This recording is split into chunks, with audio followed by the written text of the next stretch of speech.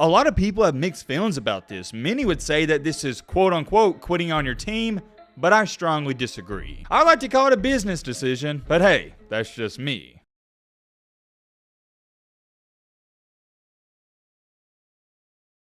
You know what they say, all good things must come to an end. Unfortunately and sadly, that is the new reality for Alabama football fans. With that being said, we gotta talk about Mr. Bryce Young. For those of you that don't know, Bryce did wind up finishing 6th in the Heisman voting for 2022. Don't worry, I'm not gonna get into all that. We're not gonna talk about the Heisman contenders. We've talked about it enough. It's controversial to say the least. Long story short, nobody has a problem with Caleb Williams, CJ Stroud, or Max Duggan being there, but everyone, 98% of people outside of Georgia fans, they have a major problem with Stetson DoorDash Bennett being there. Take nothing away from DoorDash Bennett. Had a good season for his standards, but he shouldn't even be sniffing the Heisman Trophy. Even your casual college football fan can name 5 players that are better than him, but we're not going to get into that. What we're here to talk about and focus on, and not too many Bama fans, or heck, college football fans have figured this out or know this, but Bryce Young is done.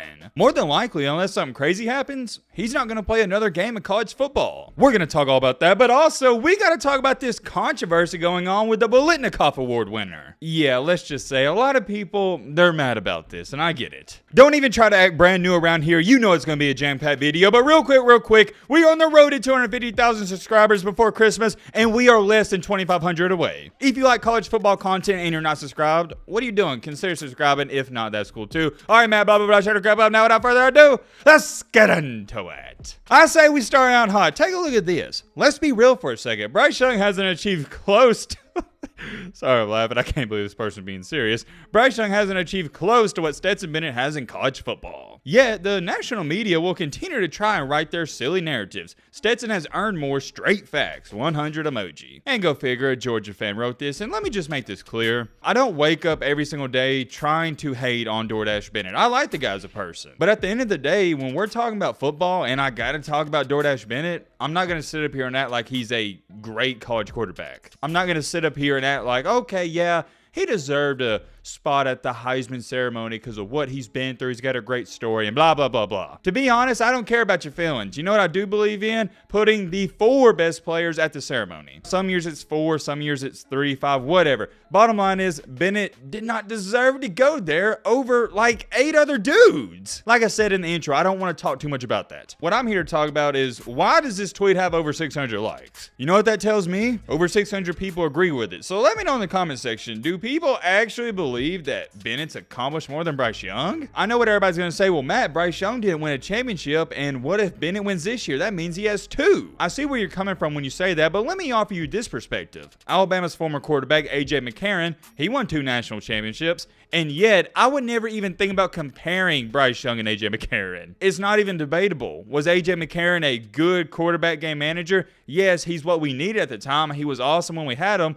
But the talent gap from A.J. McCarron to Bryce Young, insurmountable. I say that to say this. Just because A.J. McCarron won 2 national titles doesn't mean he's a better quarterback than Bryce Young. It's the same thing with Stetson Bennett, and I'll offer you this, and we got to get a move on. If the roles were reversed last year and this year, and Stetson Bennett was playing for Alabama and Bryce Young was playing for Georgia, how do you think it'd play out? I'm not even going to tell you what I think about that statement. I just want you to think about it for a second. Next up, moving on to this topic, I didn't think it was going to be controversial. I thought Brock Bowers was the best tight end in college football, and he won the award, yet people were mad about this. Check on this comment. I promise you not a single GM who is good at their job considers Bowers a better tight end than Mayer, who's the tight end for Notre Dame. Bowers isn't even a tight end, he's Kyle Pitts, just a hybrid you don't know where to put, and I do kind of agree with that last part. There were some more comments like that, I'm not going to read them off.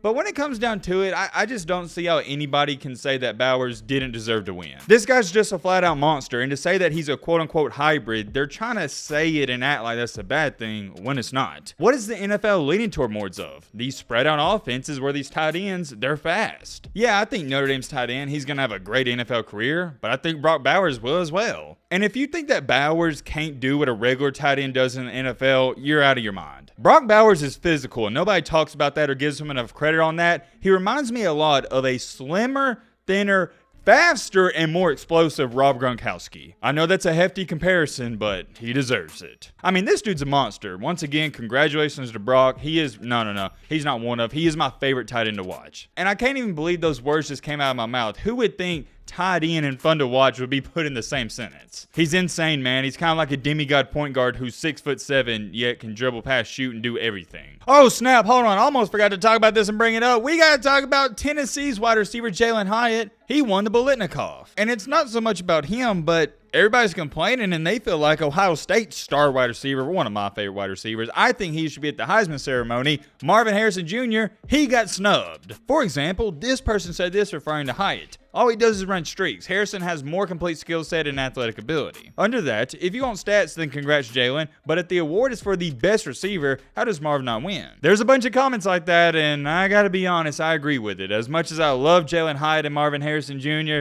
I think Marvin Harrison, he's the more complete and overall best receiver. And if you follow me on Twitter, you would know I had Jalen Hyatt and Marvin Harrison Jr. in like my top 6 or 7 for the Heisman voting. But man, oh man, I tell you this much, that Marvin Harrison dude is a freak. For example, to give you a comparison, if I had to grade Jalen Hyatt, I'd give him an A-. He's good and great at a lot of things, but for Marvin Harrison, he's great at every single aspect of being a wide receiver. Don't get me wrong, Jalen Hyatt had a great season, but me personally, I also agree with Ohio State fans. So Marvin Harrison Jr., he's the best. Last but not least, before we get into the Bryce Young news, take a look at this. I thought it was kind of funny. Somebody tweeted out, record in the college football playoff games. SEC 14-5, Big Ten 3-5. I knew it wasn't close, but I didn't think it was this lopsided. When I saw that, my first reaction is it really SEC's 14-5? I mean, come on now. Alabama accounts for, I think, 9 of those wins. Everybody knows this. The college football playoff is AKA the Alabama Invitational. And I believe, if I'm not mistaken, for the Big Ten, Ohio State has all their wins. I just found that funny because this person's trying to act like the SEC as a collected unit is 14-5, when in reality, it's Georgia and Bama. Now that I think about it, has an SEC team outside of Alabama and Georgia won a playoff game? But anyways, getting a move on to the main topic of the main encore, the main reason you clicked onto this video, we gotta talk about Bryce. Man, it pains me to say this, but it's over. I kind of knew this was going to happen, but I also guess a lot of people just don't think this far ahead. Bryce Young, with Alabama not making the college football playoff, now has 0 incentive to play in a meaningless Sugar Bowl. And yes, that's right, I said meaningless Sugar Bowl because it is. If you're not an Alabama fan, I expect you to be raging going, Matt, what are you talking about? That's a New Year's Six bowl, that's a big time game, and blah, blah, blah, blah, blah. I get it. However, if you are an Alabama fan, you're more than likely in the same boat as me. Yeah, you'd like to win the game because it's cool and all, but does it really matter? Does it really get you excited? Does it really get you amped up? Absolutely not. This isn't being entitled or spoiled. This is the standard at Bama, and I remember it years ago. When was it? Was it 2007? I think that was the year where Alabama, they lost to Florida in the SEC championship. They were depressed, and they matched up with Utah. And even then, Alabama players, the staff, the fans, they did not care about that Utah game, and guess what? Alabama got blown out. And we know how this story goes. A year after Alabama, they win the championship. Not too long after that, Alabama, another disappointment of a season. They don't make it to the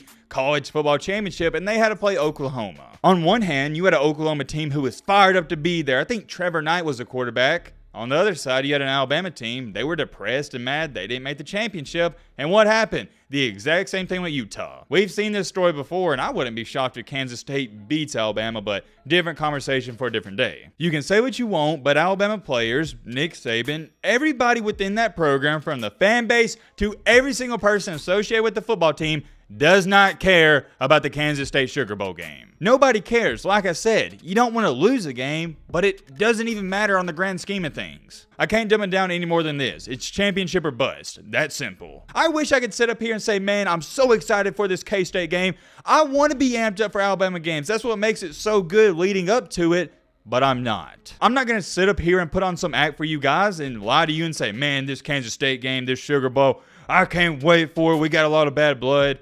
I'm just not going to do that. I'm not that type of person. I got to keep it real. The truth is, I could care less about the game. I'm more focused on what we're going to do in the offseason. And if I'm thinking that way, how do you think these Alabama players are thinking? How do you think Nick Saban's thinking? I'll tell you this much. I talk to these players here and there, and they're feeling the exact same way. They have the same mentality as me. Now, don't get it twisted. As a competitor, like I am, like many of you, and like these Alabama players, you want to win every single game. Just because the game doesn't get you that excited and you're not as amped up as you were against Tennessee or LSU, you still want to go out there and dominate. perfect. That's just competitive nature, because these guys, they're ultimate competitors. Once you get out there, you got the adrenaline pumping, yeah, you're going to give it your best shot. But anyways, I said all that to say this. Like I said, what have I emphasized? What have I harped on the past 3 minutes? The game doesn't matter. So if there's nothing at all on the line and you're a top 5 draft prospect, like, oh, what do you know Will Anderson is? And what do you also know Bryce Young is?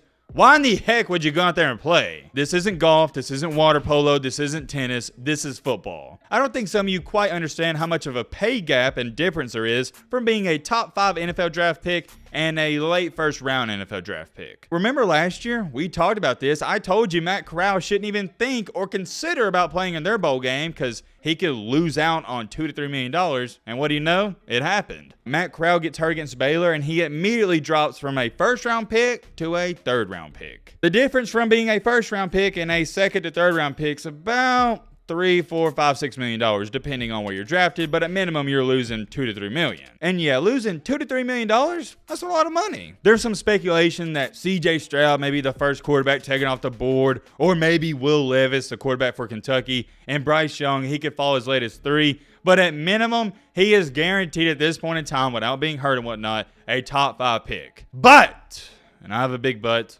what if he gets hurt in the K-State game? Do you really think a team with a top 5 pick, remember, this ain't a third round pick, a top 5 pick would risk it? If you're selecting a guy that's hurt in the third, fourth, or even second round, you can kind of justify it because you're like, well, if he's a bust, and it doesn't matter. That was our third round pick. But a top 5 pick, you don't want a bust. You want a guy that's a for sure bet. It's risky, that's what I'm saying, but going back to this, you don't even need to risk it, Bryce. The game doesn't matter. At this current moment in time, Will Anderson and Bryce Young, they haven't officially announced it that they're not going to play. But according to all my sources down there in Tuscaloosa, it's kind of obvious they more than likely are sitting this one out. It is worth being mentioned and thrown in there that Will Anderson and Bryce Young are still practicing with the team, but that's just a part of their football routine. And I gotta address this because it gets brought up every single year where everybody's gonna say, oh, well, Bryce Young and Will Anderson opting out of bowl season or any part that does it, they're a quote-unquote quitter. They quit on their team. I don't want to hear it. Back in the old day, players would never do that. I know it's a debatable topic, but I disagree. It's not quitting on your team. It is strictly a business decision. It's not quitting on your team when you have nothing left to play for. Now, if Alabama was in a national championship and Bryce Young said, hey, I'm going to opt out, I don't want to get hurt, yeah, we got a completely different conversation. But that didn't happen. We're talking about the meaningless, and let me repeat that, the meaningless Cotton Candy Bowl. Come on, man. And for all these people saying, man, they quit on their team, y'all don't even know that their teammates and their head coaches encourage them to opt out of games for a business decision. These players love one another. They know it's not personal that Bryce Young's looking out for himself and, more importantly, his family. Same thing with Will Anderson. From everybody I've talked to, a decision should be coming out in about a week or 2. That's all I can tell you right now. And if you are a Bama fan, this is something to kind of get excited about heading into next year. The bowl game's almost going to be like a tryout to see who's going to be the starter. Because right now, as to where it stands, it looks like it's going to be between Joe Milton, the guy who played a little this year, and Ty Simpson. A lot of Bama fans have already written off Joe Milton. I'm not going to do that quite yet. I know he had a rough season, and nobody criticized him more than me. But remember, he's still a young guy. We saw it with Jalen Hurts. He was a terrible passer at Alabama. Now look at him. He's one of the best quarterbacks in the NFL. So for that reason alone, I'm not going to write him off just yet. But Ty Simpson, he looks good. I'm very curious. Let me know your thoughts down below. But